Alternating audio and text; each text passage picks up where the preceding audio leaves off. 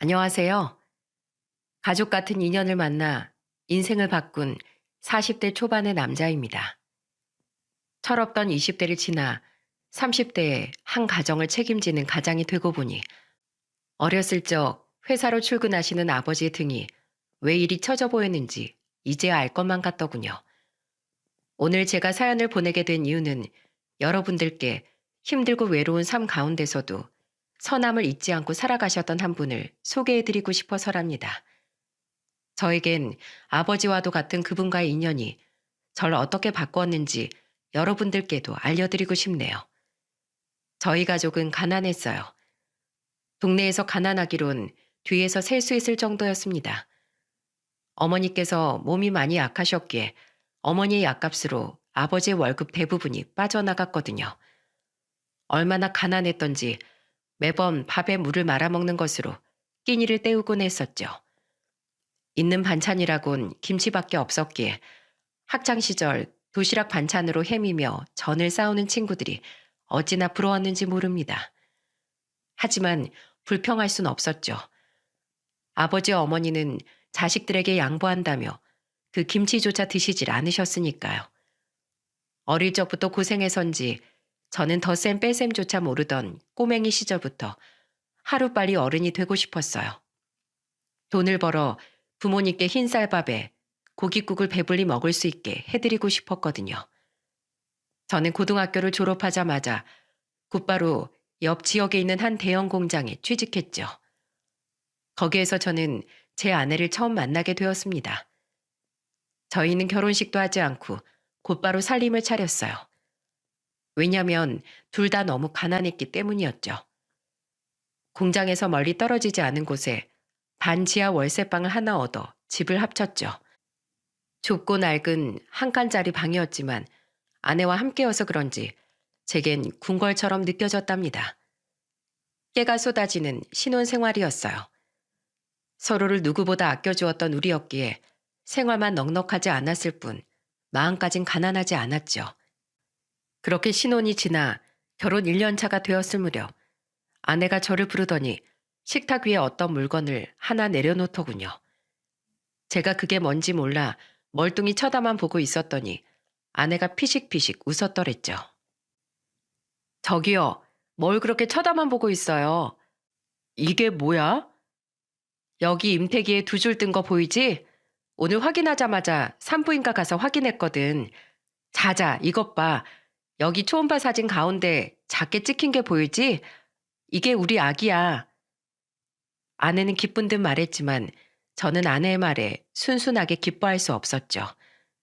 지금 보면 정말 철없는 생각이었지만 그 당시 저는 아이를 책임질 자신이 없었거든요. 저의 어린 시절을 생각해보면 당연했어요. 가족과의 추억도 딱히 없고 그저 가난에 하루하루 버티는 삶을 살았던 제게 아이란 그저 어른이 되지 못한 무력한 존재나 마찬가지였으니까요. 게다가 저희는 매달 한 달 벌어 한 달을 사는 월세살이를 했었기에 앞으로 아이에게 들어갈 양육비며 생활비를 상상만 해도 저는 눈앞이 깜깜해질 지경이었어요. 하지만 뱃속의 아이는 제 마음을 아는지 모르는지 하루가 다르게 더 커갔죠. 결혼 후 상의는 공장을 그만둔 상태여서 저희는 조금이라도 더 돈이 되는 일을 찾고자 서울로 이사를 했어요. 그간 모아놓은 돈에 월세 보증금을 합쳐 서울 변두리에 있는 한 낡은 빌라 4층으로 이사를 했죠. 서울로 상경한 날 이삿짐을 얼추 내린 저와 아내는 주인집 어르신께 인사를 드리러 시루떡 한 접시를 들고 어르신이 계신 5층으로 올라갔어요. 똑똑똑, 안에 계세요? 누구야? 이 저녁에 무슨 일로 찾아왔어?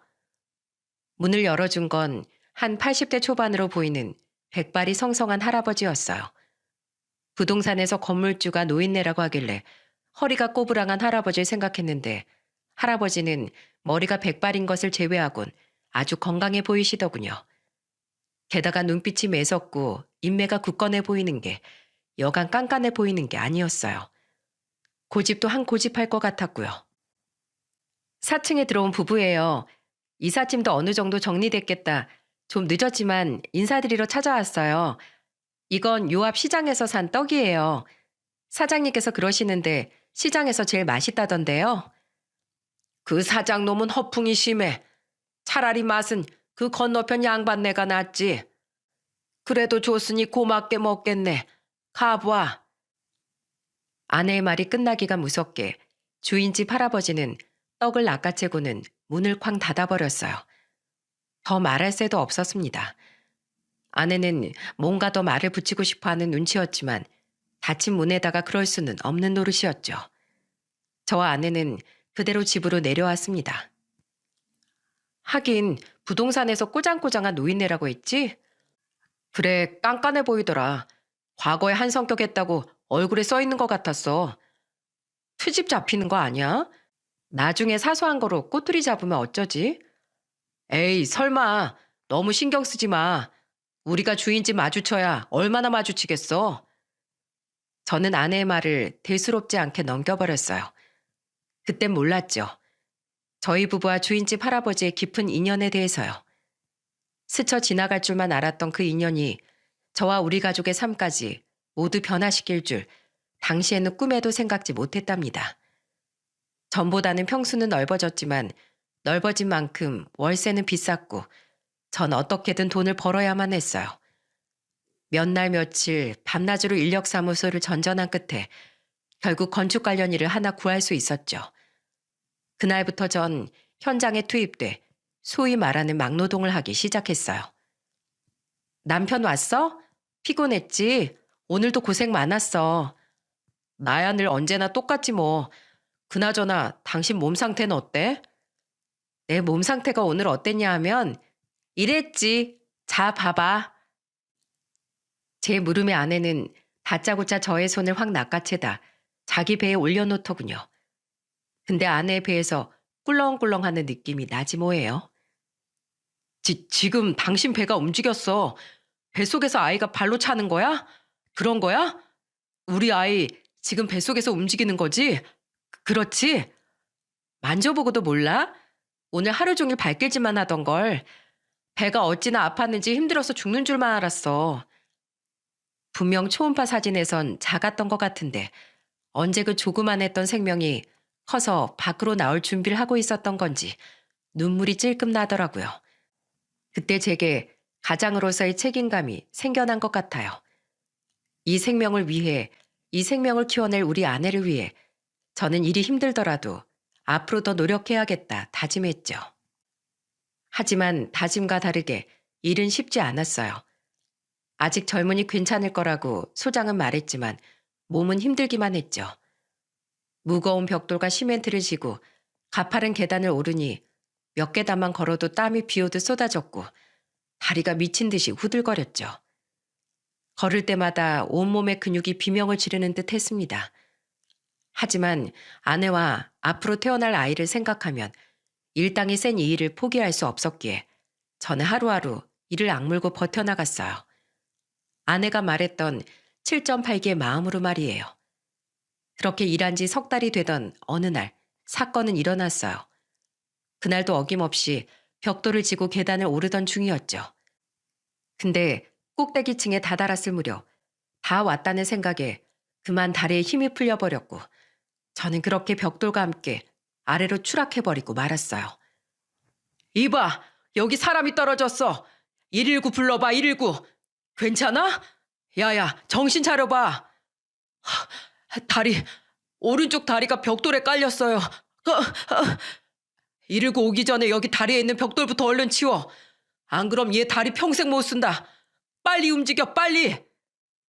바로 병원으로 이송되어 치료를 받았지만 운이 나빴던 건지 떨어질 때 제 다리 위로 떨어진 벽돌 때문에 저는 다리뼈를 크게 다치고 말았죠. 그때 제 아내는 임신 8개월 차였습니다. 2달만 있으면 아이가 곧 태어날 텐데 움직이질 못하고 있으니 병원 생활은 가시방석 그 자체였어요. 앞으로 들어갈 분유값과 기저귀값만 생각하면 정신이 다 아득해졌죠. 하지만 더 큰 문제는 월세였어요. 이미 월세가 2달치나 밀려있는데 이번 달도 월세를 내지 못하면 아는 사람 하나 없는 이 서울바닥에 맨몸으로 나앉게 될 판국이었으니까요.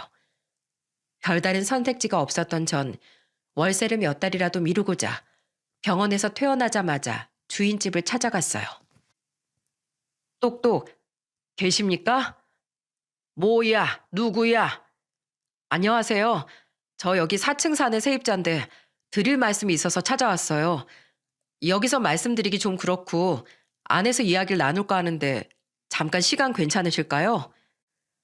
할아버지께서 제 얼굴과 깁스를 한 다리를 번갈아 쳐다보시더니 젊은 놈이 쯧쯧쯧 하면서 혀를 차시더군요. 뭔 말을 하려고 집안까지 들어올 생각을 해? 일단 오늘은 서 있는 게 불편해 보여 내 들여다 보내준다마는 아 뭐해? 빨리 들어와. 찬바람 들이치는 거 싫어. 할아버지는 다리에 깁스란 저를 구박하면서도 결국엔 안으로 들어오게 해주시더군요. 근데 저를 들여보내주는 할아버지의 걸음걸이가 이상했어요. 왼쪽 다리 저시는 게 무슨 사정이 있는 듯 했죠. 할아버지는 제가 거실에 앉자마자 저보고 무슨 일로 왔는지 용건을 물으셨어요. 하지만 왜인지 입은 쉽게 떨어지지 않았죠. 죄인 마냥 고개를 떨구고 입을 다무는 제게 할아버지가 갑자기 소리를 빽 하고 지르시더군요. 아니 무슨 일인데 왜 이리 뜸을 들여? 나 바쁜 사람이야. 얼른 말하고 돌아가. 저기 할아버지 정말 죄송하지만 저희 이번 달 월세만 좀 밀어주실 수 있으신지요? 제가 막노동을 하다가 사고가 나서 지금 월세를 낼 형편이 되질 않습니다. 두어 달 좀 뒤에 같이 드려도 될까요? 나중에 반드시 드리겠습니다. 제발 부탁드립니다. 저는 두 눈을 꼭 감고 제 사정을 설명했죠. 욕을 푸짐하게 먹더라도 임신 8개월 차 되는 아내와 함께 쫓겨나는 것보단 나았으니까요. 하지만 눈도 못 뜨고 벌벌 떨고만 있는 제게 돌아온 할아버지의 대답은 의외였어요. 아니 젊은 놈이 가장이면 조심해서 일을 해야지. 왜 미련하게 다치고 있어? 뱃속에는 생각도 안 해. 네 어깨에 네 목숨만 있는 게 아니라 처랑 새끼 목숨도 같이 얹어져 있다는 걸 알아야지. 하여간 요새 젊은 것들은 생각이 없어. 당분간 월세는 됐고 네 몸조리나 잘해. 네? 됐다는 말 못 들었어? 됐으니까 어여 가봐. 아 뭐해 가보라니깐. 할아버지는 한바탕 호통을 치시더니 저를 내쫓아 버리셨고 저는 감사하다는 말도 하지 못한 채 쫓기듯 밖으로 나왔죠. 그렇게 어안이 벙벙한 채로 집으로 가 자초지종을 설명했더니 이야기를 듣던 아내가 난데없이 눈물을 흘리더군요. 다행이다. 나가라고 할 줄 알았는데 이리 사정을 봐주시다니 정말 정말 다행이야. 부푼 배를 붙잡고 눈물을 뚝뚝 떨구는 아내를 보니 말은 하지 않아도 소가를 많이 했구나 싶어 눈시울이 뜨거워지더군요. 걱정 끼쳐서 미안해. 내가 빨리 회복할게. 어서 복귀해서 당신 힘들게 하지 않을게. 잘 살자. 우리 잘 살아보자. 월세를 안 받으신다는 게 고마웠는지 그 뒤로 아내는 종종 할아버지를 찾아갔어요. 반찬을 만들거나 시장에서 빵이나 떡 같은 음식을 사서는 맛보시라면서 가져다 드렸대요. 그때마다 할아버지가 안 받는다고 호통을 치시다가도 아내가 한 번만 드셔보시라고 사정을 하면 마지못해 받아주셨다더군요. 할아버지, 이 구사리 나물 한 번만 잡숴보세요. 저희 엄마가 산에서 직접 캐신 걸 제가 들기름으로 볶은 거예요. 아니 왜 이런 걸 가지고 와? 사람 귀찮게. 에이, 그러시지 말고 제 정성을 봐서라도 한 숟가락만 딱 드셔보세요. 네? 저 나물 반찬 엄청나게 잘한단 말이에요. 한 번만요. 이번 한 번뿐이야. 다음엔 내 이런 거 안 받을 거야. 알았어? 알겠어요. 그럼 오늘은 이거 드리고 다음엔 고기 반찬 해드릴게요. 아이고 나 참. 저 화상 때문에 내가 못 살아 진짜. 그것뿐만이 아니었죠. 아내는 할아버지께 이런저런 핑계로 집에 찾아가서는 청소나 빨래를 해드리면서 말벗을 자처했어요. 할아버지가 남의 세간살림 만지는 거 아니라고 큰소리를 쳐도 아내는 집에서 놀기만 하는 게 심심해서 그런다며 웃고 넘겨버렸다더군요. 다리가 불편하신 할아버지께서 닫기 힘든 곳까지 꼼꼼하게 뒷정리를 하고 나면 그때부턴 할아버지와 함께 담소를 나누었대요. 그때마다 할아버지는 자길 귀찮아하시는 표정과 다르게 아기는 괜찮냐, 성별은 뭐냐, 여러 가지를 꼬치꼬치 캐물어 보셨다더군요. 왕자님이고 지금 8개월 조금 넘었어요. 곧 나와요. 아들? 신랑 닮아서 떡두꺼비 같은 놈이 나오겠구먼. 그러게요. 우리 남편 똑 닮았으면 좋겠다. 아마 판에 찍어 박힌 듯 나올 거다. 내가 그놈 관상을 보아하니 지랑 똑같이 생긴 아들을 얻을 팔자야.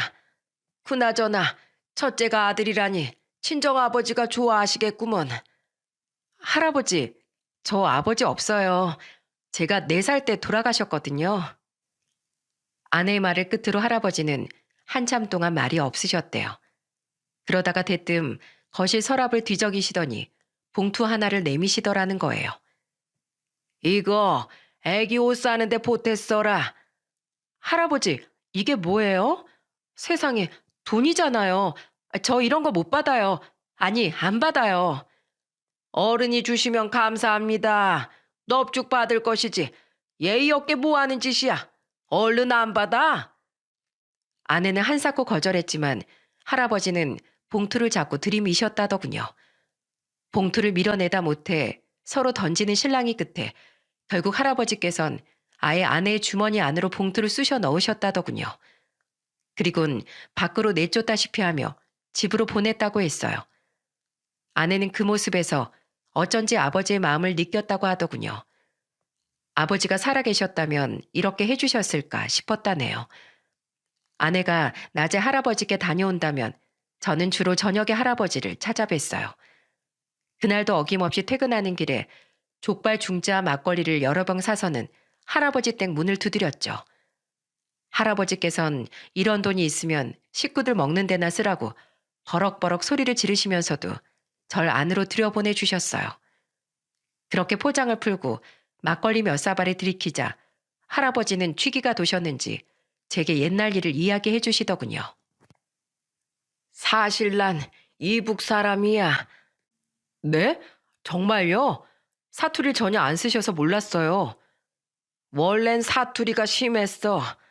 나만서 살라고 내 필사적으로 고친 게지. 막걸리 몇 사발에 털어놓은 할아버지의 과거는 파란만장했어요. 할아버지께선 평안도 출신으로 북한에서 귀순하신 분이었죠. 북에서 살 당시 할아버지께서는 30 후반이 넘도록 결혼도 하지 않은 채 농사를 짓던 부모님을 모시고 사셨다더군요. 팔자가 피면 결혼해야지 했는데 농사를 지어도 사정은 도무지 나아지지 않았고 결국 나이 35이 넘을 때까지 결혼하지 못하셨대요. 할아버지는 탈북을 결심하고 중국에서 공안의 눈을 피해 몇 년을 방황하다가 선교사들의 도움을 받아 겨우겨우 남한으로 내려왔을 때가 딱 40살이 되었을 때라고 했어요. 그때는 신세계가 펼쳐진 듯 했어. 건물은 높지, 차들은 많지. 같은 얼굴을 하고 같은 말을 쓰는 곳인데도 마치 다른 세계 온 느낌이었다네. 북한과 다르게 돈을 벌어도 문제없는 곳이니 여기서 열심히 일하면 돈을 좀 만지겠구나 싶어. 젊은 패기에 아무 일이나 뛰어들었지. 처음엔 구두 닦기를 했었다네. 그것만 한 게 아니야. 신문 배달에 우유 배달, 연탄 배달, 막노동의 공장, 심지어 장사까지 안 해본 일이 없었어. 아는 사람 하나 없는 곳에서 혼자 고생이 많으셨겠어요. 저는 막걸리를 먹으며 할아버지 이야기를 쭉 들어드렸어요. 그렇게 막걸리를 1병, 2병 비워갈 때쯤 할아버지는 허공을 쳐다보며 가족에 대한 속사정까지 털어놓으시더군요. 주변서 하도 괴롭히니 다 때려치우고 싶어졌어. 북에 계신 아버지 어머니가 그리웠지. 그 못난 반장놈도 지에 비해 애미하고 잘 사는데 난 왜 떨어져서 얼굴조차 볼 수가 없는지 고통스러웠어. 하루는 부모님이 너무 그리워 혼자 한강에 간 적도 있더랬지. 다 놓아버린 심산으로 말이야. 하지만 그러질 못했네. 나도 한 번쯤은 잘 살아보고 싶었거든. 그 무렵에 마침 딱 우리 아내를 만난 거야. 아내요? 아내가 계셨었어요? 그래. 아내는 내가 당시 일하던 시장에서 장사를 하는 여자였어. 나보다 2살 어린 여잔데 그 사람도 혼자 살았더랬지. 낮엔 시장에서 건어물 팔고 저녁엔 구운 노가리에 소주 팔았어. 아내가 부침성이 좋아 그런지 모르겠지만 손님으로 북적이진 않아도 가게엔 손님이 끊이질 않았다네. 나도 그 손님 중 하나였어. 그날도 어김없이 노가리에 소주를 마시고 있는데 그날따라 카운터에서 혼자 TV를 보고 있는 그 모습이 그 사람의 옆모습이 쓸쓸해 보이더라고. 그래서 내 말을 붙였지. 근데 대뜸 나보고 북에서 넘어왔냐는 거야. 내가 놀라서 어찌 알았냐고 물어보니 억양이 자기 아버지랑 똑같았다고 하더군. 아버지가 글쎄 함경도 사람이었던 거지. 그때 계기가 되어 할아버지와 할머니는 몇 번의 만남 끝에 결혼을 하시게 되었고 이듬해 예쁜 딸까지 얻으셨다고 해요. 가게도 잘 되고 아이도 쑥쑥 자라 한동안은 걱정이 없으셨다더군요. 특히 아이 유치원 졸업 기념으로 아내와 아이 2사람 모두에게 한복을 하나씩 맞춰줬는데 그 모습이 아직도 생생히 기억난다고 했어요. 똑같은 색으로 맞춰 입고 신난다며 빙글빙글 도는 모습이 그렇게 예뻐 보일 수 없었대요. 기회만 된다면 난 북에 계시는 아버지 어머니께 가족들을 자랑하고 싶었어. 결혼도 못한 데다 농사일밖에 몰라 가난하게 살던 내가 이렇게 장사도 해서 돈도 벌고 이렇게 가정도 꾸렸다고 말이야. 우리 아버지 무릎 앉아 재롱 부리는 딸의 모습을 상상했더랬지. 하지만 그것도 다 못 이룰 꿈이었다네. 할아버지는 그 말씀을 하시면서 막걸리 2잔을 연거푸 드시더군요. 너무 급하게 드시는 것 같아 천천히 드시라고 말려도 할아버지는 술 없이는 말 못한다며 고집을 부리시는 게 아니겠어요? 그리고는 과거 자신에게 일어났던 충격적인 사건 하나를 말씀해 주셨죠.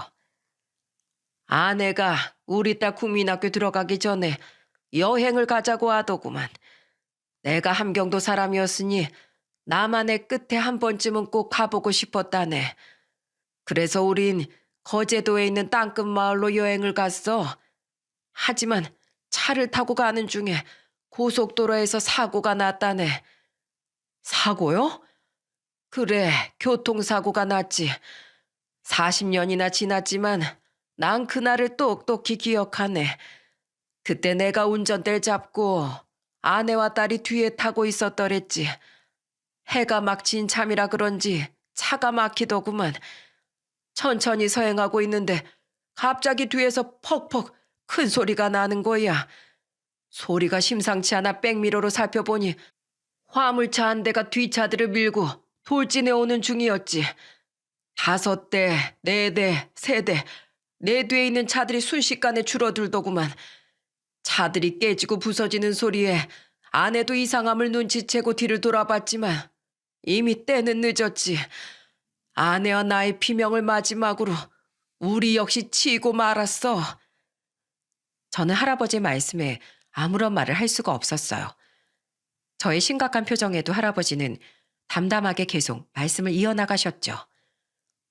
화물차에 치여 차가 뒤집히기 직전 아내가 딸아이를 꼭 끌어안았던 것이 내 마지막 기억일세. 그래선 안 됐는데 그때 나도 피를 너무 많이 흘려 정신을 놔버렸어. 눈을 떴을 땐 이미 병원이었다네. 그때 병원은 사람들의 비명소리와 울음소리, 피냄새로 아비규환이었어. 나는 온몸의 뼈가 조각나 움직일 수도 없는 상태에서도 간호사에게 물었지. 우리 아내와 딸은 어딨냐고. 2사람은 무사한 거냐고 말이야. 하지만 간호사는 말을 잃었어. 난 그때 직감했네. 우리 가족 중 나 혼자만 살아남았다는 걸 말일세. 나중에 경찰한테 들어서 알게 됐는데 그 화물차 기사는 저녁으로 반주를 했고 몰려오는 술 기운에 졸음운전을 했다고 하더군. 천벌받을 놈. 그 사고로 4명이 다치고 우리 아내와 딸아이를 포함해 5명이나 죽었다네. 할아버지는 슬픔을 참을 수 없다는 듯 막걸리를 한 잔 더 들이키셨죠. 그날 내가 우리 아내와 딸아이가 안전벨트를 한 번만 확인했더라면 이런 일은 없었을 걸세. 그 아까운 목숨이 사라지는 일은 없었을 거란 말이야. 자네, 그 사고에서 나만 살아남았단 생각에 내가 얼마나 많이 자책했는지 아나? 초라한 장례식장에서 후회의 눈물을 얼마나 흘렸는지 알겠나? 그래서 벌을 받은 걸세. 지금 내가 다리를 이렇게 저는 것도 그때 벌인 게야. 할아버지는 그 말씀을 끝으로 한동안 말이 없으시더니 제게 이런 말을 해주더군요. 사람은 은혜를 입었으면 베풀고 살아야 한다. 남을 도우며 살아야 한다 등 전부 옳은 말씀들 뿐이었죠. 그 중에서도 특히 부모의 마음가짐에 대해 말씀을 많이 해주셨어요. 부모가 된다는 건 부모가 진정 무엇인지 알게 된다는 걸세. 자네들도 아이를 낳았으니 이제 부모가 무엇인지 깨닫고 있을 테지. 추조거습이라는 말이 있네. 아이는 마른 곳에 앉히고 부모는 젖은 자리에 앉는다는 거야. 자식을 기르는 부모의 사랑은 그런 노고를 마다하지 않는다는 말일세. 자네들도 아이에게 그런 부모가 되게나.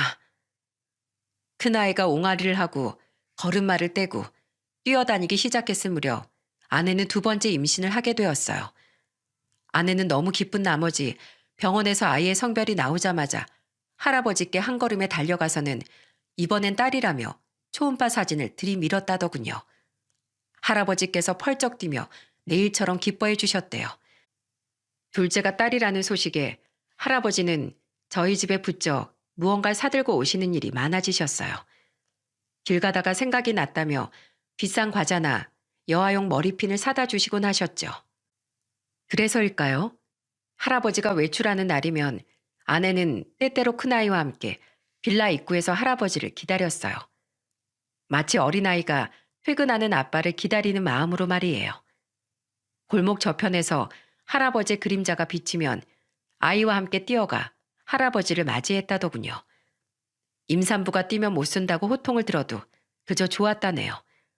그럴 때마다 아내는 아버지가 없던 서름이 다 씻겨 내려가는 듯한 기분이 들었다고 해요.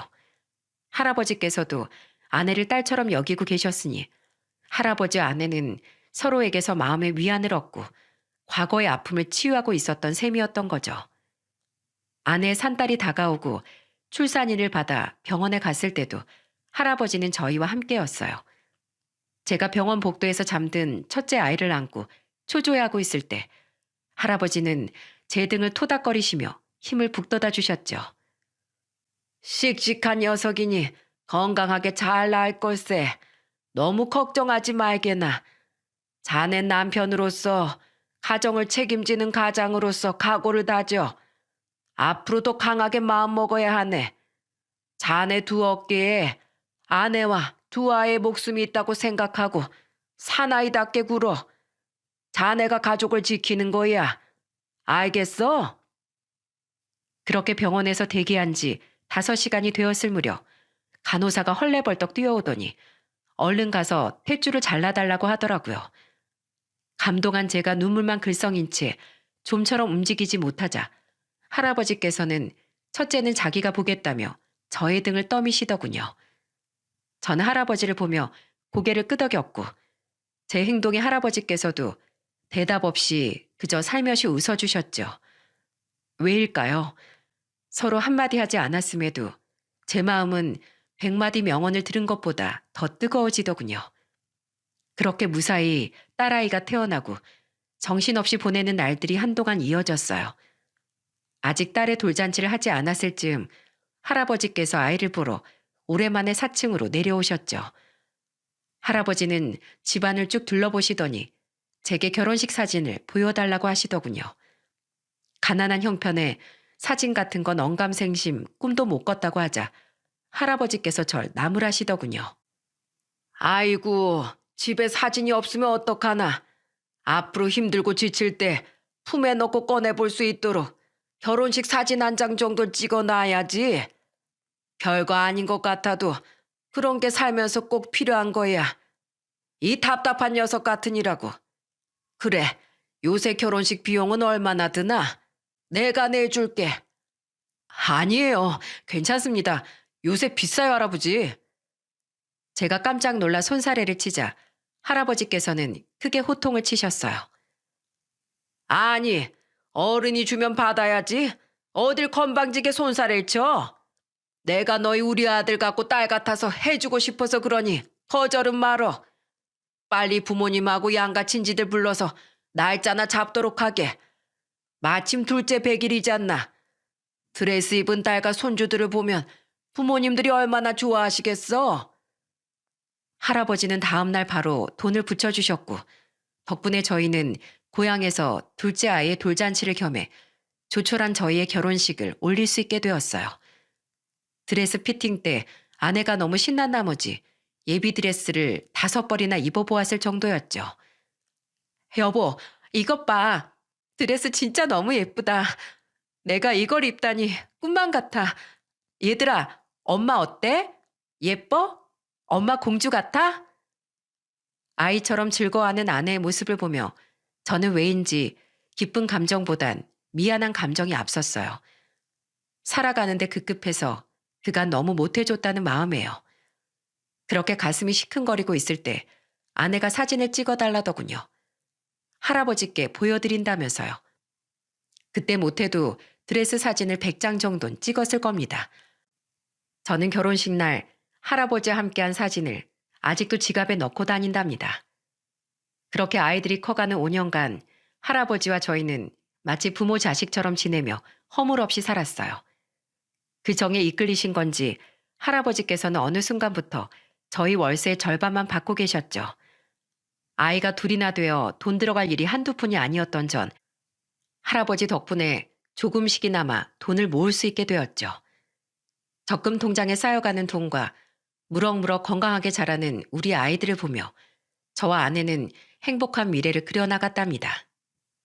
하지만 행복은 왜 그리도 짧기만 한 걸까요? 그렇게 저희가 서울에 정착한 지 5년째 되던 추운 겨울날, 설날을 이틀 앞두고 할아버지께서 저에게 한 통의 문자를 보내셨더군요.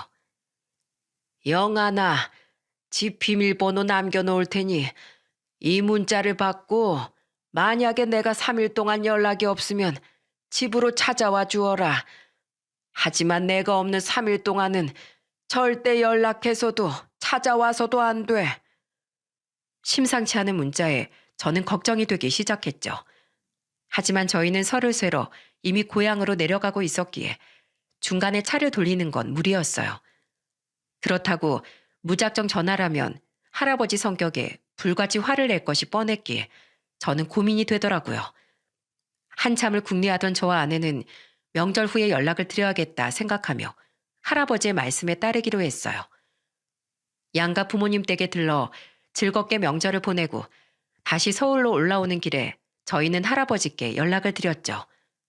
하지만 3일이 지났음에도 할아버지는 전화를 받지 않으셨어요.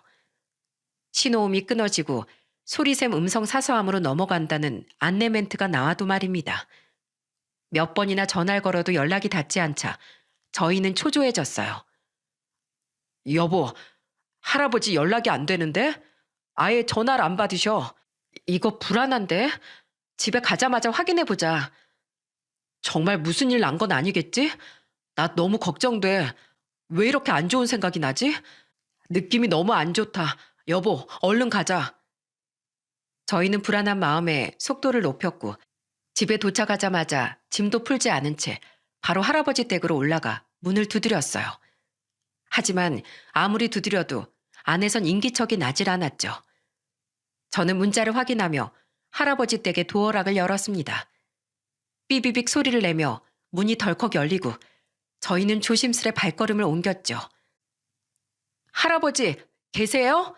저희 왔어요. 하지만 집안에선 개미 한 마리 기어가는 소리조차 나질 않았어요.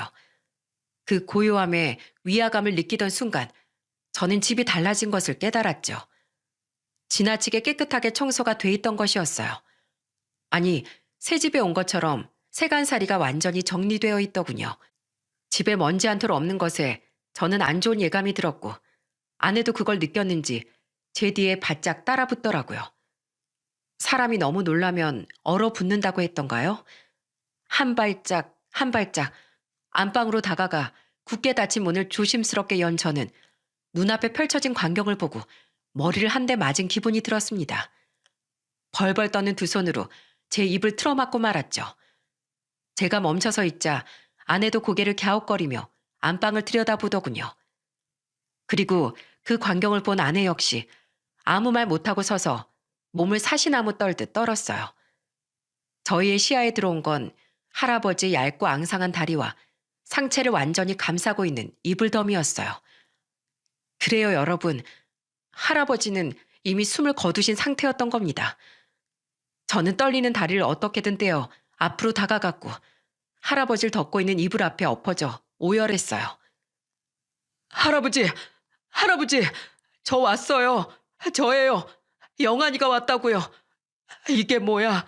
이게 다 뭐냐고요? 할아버지, 안 돼, 안 돼. 눈을 뜨세요. 할아버지, 이럴 순 없어. 이럴 순 없어요. 저보고 3일만 있다가 연락하시라고 하셨잖아요. 3일을 기다렸는데 이게 뭐예요? 제가 늦어서 그래요? 제가 늦어서 그러시냐고요? 일어나세요. 일어나셔서 말씀 좀 해보세요. 네? 제발요. 아내 역시 엉엉 울면서 할아버지 곁에 쭈그려 앉아 할아버지를 마구 흔들어댔죠. 흔들어도 흔들어도 할아버지가 움직이지 않자 아내는 할아버지의 차고 뻣뻣한 몸을 마구 때리며 울부짖더군요. 할아버지, 이러기예요? 저한테 이러시기냐고요. 절 딸처럼 아껴주셨으면서 앞으로 이 행복이 영원할 것처럼 보살펴 주셨으면서 이렇게 가시면 전 어떡해요. 우리 아들 딸 커서 대학 졸업하는 것까지 보셨어야지. 이렇게 빨리 가시면 어떡하냐고요. 절 두고 가시면 전 이제 누굴 의지하고 살아요. 네? 한참을 울던 저는 남은 이성을 짜내 119와 경찰에 신고했습니다. 어리 빠져 넋이 나간 저희 사이로 구급대원과 경찰들이 분주하게 움직이며 할아버지를 수습했어요. 나중에 경찰이 알려주기론 할아버지께서는 자신의 죽음을 미리 예견하셨더군요. 지병이 있는 상태였고 병이 상당히 많이 진행되어 병원에서 이미 시한부 판정을 받은 상태였대요. 병원에서 호스 꽂고 있다가 죽느니 집에서 나답게 죽는다고 치료를 거부하셨다고 하네요. 하긴 그러고 보면 이상했어요. 할아버지 안색이 날이 갈수록 나빠졌거든요. 처음 보았던 정정한 모습은 온데간데 없어졌고 점점 얼굴이 누렇게 떠가셨죠. 이를 이상하게 여겨 제가 몇 번이고 병원에 가자며 손을 잡아 끌었지만 듣는 척도 해주시질 않으셨어요. 할아버지, 요새 무슨 일 있으세요? 혈색이 영 안 좋아 보여요. 혹시 모르니까 내일 병원에 같이 가요. 애끼 이 녀석아. 내 나이가 80이 넘었어. 원래 내 나이쯤 되면 얼굴빛이 다 이래. 뭘 노인네 혈색까지 신경 써? 젊은 놈이 뭔 그리 걱정이 많아서 어찌 써먹어. 내 걱정은 말고 가서 너네들 보약이나 해먹어. 할아버지는 당신의 시한부 인생을 알고 스스로 삶을 정리하길 선택하신 거예요. 그렇게 자신이 가진 생명의 불꽃이 꺼져가는 걸 느끼면서 저에게 마지막 문자를 보내셨던 거죠. 제가 특히나 견딜 수 없었던 건 그 즈음이 설 명절이라는 것이었어요. 아내와 제가 양가 부모님들과 행복한 시간을 보내고 있을 때 할아버지는 홀로 쓸쓸하게 죽음을 맞이했다는 게 너무도 죄송스러웠죠. 제가 명절에 내려가지 않았더라면 할아버지의 고집에도 옆을 지켜드렸더라면 어쩌면 좀 더 오래 사셨을지도 모릅니다. 아니면 적어도 마지막 순간에 함께 있어드릴 수 있었겠죠. 저는 후회감에 휩싸여 고개를 들 수가 없었어요. 제가 고개를 떨군 채 망연자실해 있자 경찰이 편지가 있었다며 저를 따로 부르더군요. 그건 할아버지께서 우리 부부를 위해 따로 남겨진 편지였어요. 영아나, 상이야, 이래저래 많이 놀랐겠구나. 너희 부부에게 걱정을 끼쳐서 미안하다. 내가 너희에게 해줄 말이 있어서 짧은 배움에도 이렇게 몇 자 글을 남긴다. 내가 80평생을 살다 보니 살고 죽는 건 다 하늘의 뜻이더구나. 압록강을 건널 때도 중국에서 공안에게 쫓길 때도 죽을 것 같으면서도 죽지 않고 살아남았지. 하지만 누구보다 살고자 했던 때 우리 아내와 딸은 허무하게도 가고 말았어. 그 절망감을 이루 말할 수가 없었지. 아내와 딸을 잃은 슬픔을 지우고자 악착같이 돈도 벌어봤지만 소용없었다. 그저 얼른 이 질긴 목숨이 하루빨리 끊어져 아내와 딸의 뒤를 뒤쫓아가고 싶었어. 그러던 와중에 영아나 상이야, 너희 부부를 만났단다. 너희를 보면 힘들게 살았던 옛 기억이 떠오르곤 해. 그래서인지 힘든 상황에서도 아등바등 살아가는 너희의 모습에 눈길이 갔단다. 특히 상이는 죽은 우리 딸이 살아 돌아온 것 같아 정이 많이 들었는데 참 아쉽구나. 영아나, 가장이라는 게 참 쉽지 않지? 널 보면 마치 과거의 날 보는 것 같아서 마음 한구석이 언제나 아린다. 앞으로 영환이에게도 나와 같이 아픔과 슬픔을 이겨내야 할 때가 올 테지. 그럴 때마다 남편이자 또 아버지로서 굳건하게 버티며 살아가도록 하려무나. 한 가정을 책임지는 가장이란 게 그런 거다. 벌써 5년이나 지났는데 너희 부부가 인사를 한다며 떡을 들고 찾아온 모습이 내 어제 일처럼 생생하다. 정말 굴곡 많은 삶이었지만 그럼에도 말년에 너희 부부가 있어 내가 웃고 참 많이 웃고 간다. 고맙구나. 영아나, 내 마지막으로 너에게 부탁 하나만 하자. 나만의 내 장례를 치러줄 사람이 없구나. 그간의 정을 봐서 네가 내 장례를 치러주면 난 참 고맙겠다. 내가 너에게 하는 마지막 부탁이니 꼭 들어줬으면 좋겠구나. 그리고 장례를 치르기 전에 먼저 장 변호사에게 연락해 보아라. 장 변호사의 전화번호는 내 수첩 뒤에 있다. 장변에게 연락하면 다 해결해 줄 거다. 내가 널 위해 남겨놓을 것이 이것밖에 없구나. 미안하다. 영아나, 상이야. 그간 정말 고마웠다. 사랑한다. 가슴으로 낳은 내 아들, 딸들아. 저는 편지를 읽으면서 또다시 오열하고 말았어요. 아내도 제 뒤에서 유서를 읽으면서 함께 닭똥 같은 눈물을 뚝뚝 흘렸죠. 저희 부부는 유서를 읽으며 그렇게 한참을 울었답니다. 경찰이 수습을 끝내자마자 저희는 할아버지의 수첩을 찾아 장 변호사란 사람에게 연락을 했어요. 할아버지 수첩에는 다세대 주택에서 사는 사람들 말고는 전화번호가 얼마 없었기에 장 변호사를 찾는 건 어렵지 않았죠. 장 변호사는 기다리고 있었다면서 장례 후에 찾아뵙겠다는 말을 남기고 전화를 끊더라고요. 그렇게 장 변호사와 약속을 잡은 뒤 곧바로 저는 할아버지의 장례를 치러드렸어요. 남한에는 자신의 장례를 치러줄 사람이 없다고 하시던 할아버지의 말씀을 증명이라도 하듯 장례식장은 썰렁했죠.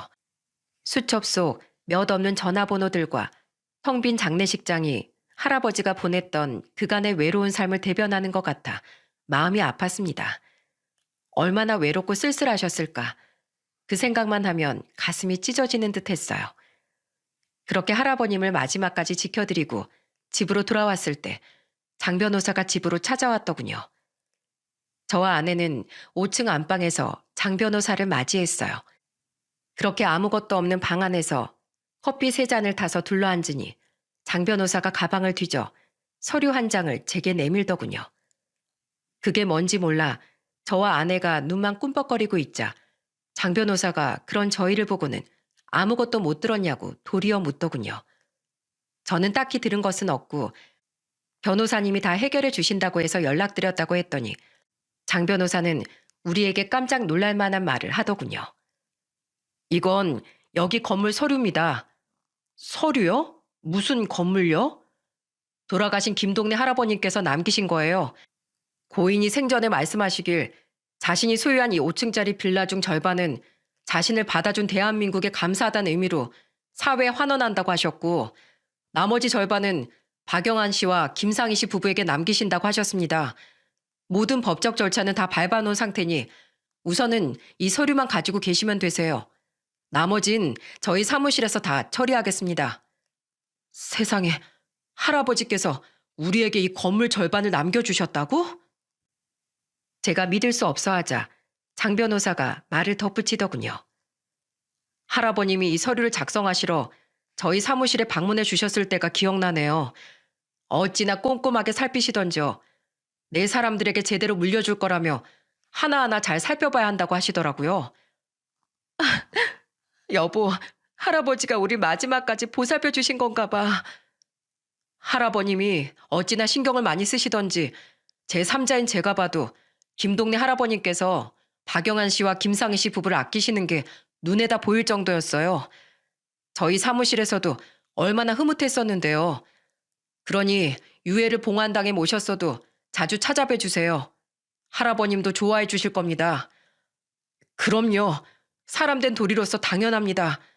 살아생전에도 저희를 아껴주셨는데 돌아가시는 그 순간까지도 저희를 이렇게 잊지 않고 보살펴 주시다니 정말이지 이 은혜를 어떻게 갚아야 할지 모르겠어요. 감사합니다. 정말로 감사합니다. 앞으로 할아버지께 받은 은혜를 베풀며 살겠습니다. 저와 아내는 서류를 앞에 두고 눈물을 펑펑 흘렸어요.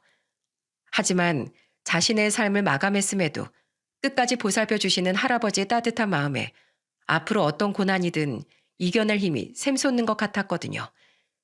저의 긴 겨울이 할아버지 덕에 그렇게 막을 내린 겁니다. 할아버지가 남겨놓으신 유산으로 우리 가족의 운명은 크게 바뀌었습니다. 그것을 계기로 저는 하던 일을 그만두고 작은 기업에 취직했어요. 우리 가족들이 좀 더 안정적으로 생활할 수 있도록 말입니다. 그리고 좀 더 의지할 수 있는 남편과 아빠, 그리고 가장이 될 수 있도록 말이죠. 아빠, 오늘 어떠셨어요? 오늘도 힘들었죠? 괜찮아. 아빠는 너희만 보면 언제나 힘이 나는걸. 아빠, 얼른 엄마가 와서 저녁 드시래요. 그래. 우리 공주님, 얼른 가서 우리 엄마가 해준 맛있는 밥 먹자. 당신 얼른 와. 오늘 저녁은 내가 신경 좀 썼어. 역시 우리 아내가 최고야. 재산, 추억, 행복한 기억 등 할아버지가 남겨주신 많은 유산 중에서도 저는 할아버지가 저희에게 해주신 말씀들이 가장 큰 유산이라고 생각해요. 사람은 쉬면 안 된다. 은혜를 입었으면 베풀고 살아야 한다. 남을 도우며 살아야 한다. 부모가 된다는 건 부모가 진정 무엇인지 알게 된다는 말씀들 말입니다. 그래서 전 회사 일에 힘들고 지칠 때마다 종종 할아버지가 해주셨던 말씀을 기억하며 지갑 속에 넣어두었던 결혼식 사진을 꺼내보곤 해요. 활짝 웃는 아내와 저, 그리고 그 옆에서 어색하게 미소 짓는 할아버지. 그때의 기억이 오늘의 저를 지탱해주는 힘이랍니다. 이제 다음 달이면 설날이네요. 올해 설날에는 부쩍 할아버지 생각이 많이 납니다. 제가 여러분께 사연을 보내드린 건 이제 곧 할아버지 기일이 다가오기 때문이에요. 이번 설날에도 아이들과 손잡고 할아버님을 모신 봉안묘를 먼저 찾아뵈려고 해요. 그것이 저희를 자식처럼 사랑했던 할아버지를 위한 도리일 것이죠. 저는 만세 불망, 그러니까 영원히 은혜와 은덕을 잊지 않는다는 마음으로 할아버지를 가슴속 깊이 모시려고 합니다. 그것이 할아버지가 제게 베풀어준 은혜를 갚는 방법일 테니까요. 여러분, 세상은 혼자서 살아가는 것이라지만 외로움을 혼자 견디며 살기엔 우리 인생이 너무 길지 않은가요? 내 주변에서 함께 살아가는 사람들을 생각하며 정을 한번 나누어 보세요. 어진 마음으로 베풀고 살아가다 보면 그저 스쳐 지나가는 줄만 알았던 이웃이 여러분의 인생을 바꿔줄 기적 같은 인연으로 바뀔지도 모르니까요. 저희 가족과 할아버지처럼 말입니다. 그 기적이 제게 찾아온 것 같이 여러분들의 가정에도 인연의 기적이 일어나길 기도드립니다. 제 긴 사연 들어주셔서 감사합니다.